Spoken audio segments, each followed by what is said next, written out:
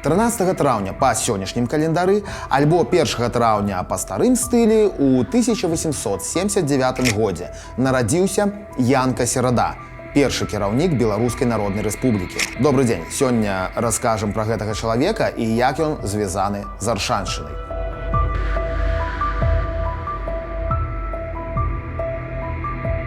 Аказваецца, гэты чалавек, які адыгрываў вырашальную ролю ў абвяшчэнні Беларускай Народнай Рэспублікі, меў дачыненне і да нашага рэгіёна. Хаця нарадзіўся Іван Мікідавіч Серада, так па пашпарце прынамсі, у сённяшнім Баранавіцкім раёне. У 1917 годзе, калі Расія сур'ёзна ўляпалася ў Першую сусветную вайну, ды адбылася першая ўжо рэвалюцыя ў тым годзе, па ўсёй імперыі паўсталі нацыянальныя рухі. Міф пра тое, што Расія была адзіная і непадзельная, аказаўся міфам. Многія нацыі запатрабавалі незалежнасці ці хаця б аўтаноміі, і беларусы не былі ў баку працэса. І таксама пачалі падымаць свае нацыянальныя пытанні. Не застаўся ў баку і Янка Серада. Ён актыўна далучыўся да справы і хутка заваяваў аўтарытэт сярод аднадумцаў. Таму, калі напрыканцы 1917 года у Мінску распачаўся ўсебеларускі з'езд, то менавіта Серада быў абраны яго старшынём. Як мы ведаем, з'езд быў разагнаны бальшавікамі, але ён паспеў стварыць свой выканкам. І Серада становіцца кіраўніком гэтай структуры. У лютым 18 года патрабаванне аўтаноміі для Беларусі ўсё больш радыкалізуецца. І выканкам вырашае, што а чаго ўжо склікаць новы з'езд?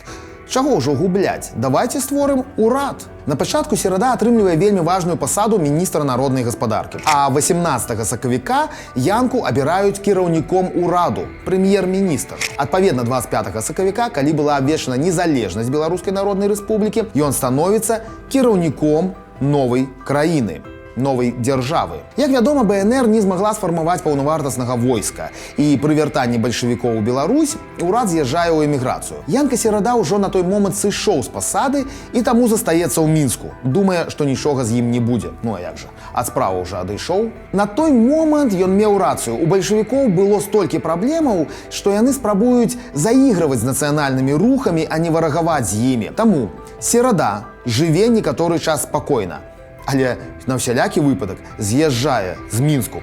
Тым больш у Мінску ў той час і так было жыць не надта бяспечна. Такім чынам, Янка Серада патрапляе на Аршаншчыну, непасрэдна у Горкі. Там ён пачынае выкладаць. І больш за тое не проста выкладаць, у яго нават пачынае нейкая кар'ера завязвацца, ён становіцца дэканам у горадскай акадэміі і пры гэтым паспявае займацца яшчэ і краязнаўствам.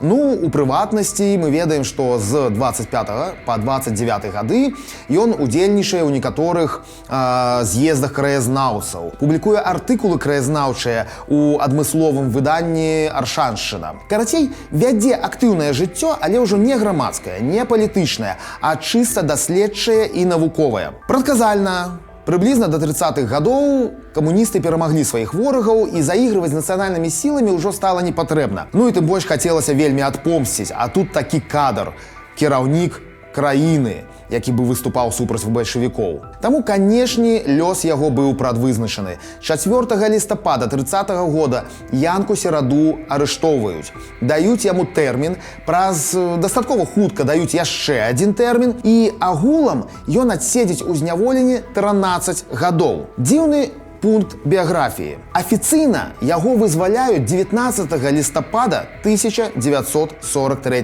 года падчас вайны. Але куды ён пасля гэтага падзеўся, ніхто не ведае. Падазраю, што хутчэй за ўсё яго маглі і не выпусціць насамрэч, а расстраляць, але родзічам адправіць дакумент, што яго быццам бы вызвалілі. Родзічы, дарэчы, хутчэй за ўсё яго таксама не бачылі. Жонка, тым больш, на той момант ужо выйшла замуж занава за сябру Янкі Мікітавіча, но не падумайце, гэта не была нейкая подлая здрада. Пра новы шлюб яе прасіў сам Янка Серада, для таго, каб яна не лічылася жонкай ворага народа. Прайшло ўжо колькі гадоў, хутка, можна сказаць, і стагоддзя, а мы да гэтай пары і не ведаем, як насамрэч памёр першы кіраўнік нашай дзяржавы і ці быў ён сапраўды на свабодзе.